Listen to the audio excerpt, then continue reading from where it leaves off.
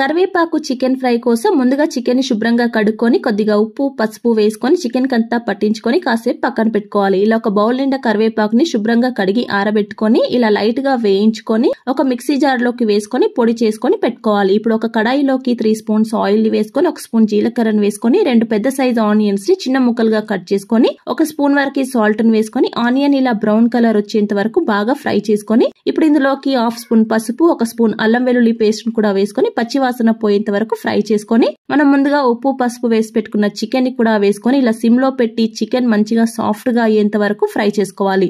ఇప్పుడు ఇందులోకి పచ్చిమిరపకాయల్ని కూడా వేసుకోవాలి. అలాగే టేస్ట్ కు తగినట్టుగా కారాన్ని 1 స్పూన్ ధనియాల పొడిని మనం మిక్సీ పట్టుకున్న కరివేపాకు పొడిని 1/2 స్పూన్ గరం మసాలా పొడిని కూడా వేసుకొని ఇలా సిమ్ లోనే పెట్టి మంచిగా మసాలాలంతా పట్టే వరకు ఫ్రై చేసుకోవాలి. కొద్దిగా అడుగంటినట్టుగా ఉంటే ఒక 2-3 స్పూన్ల వాటర్ ని కూడా వేసుకొని కలుపుకుంటే ఎంతో టేస్టీ అయిన కరివేపాకు చికెన్ ఫ్రై రెడీ.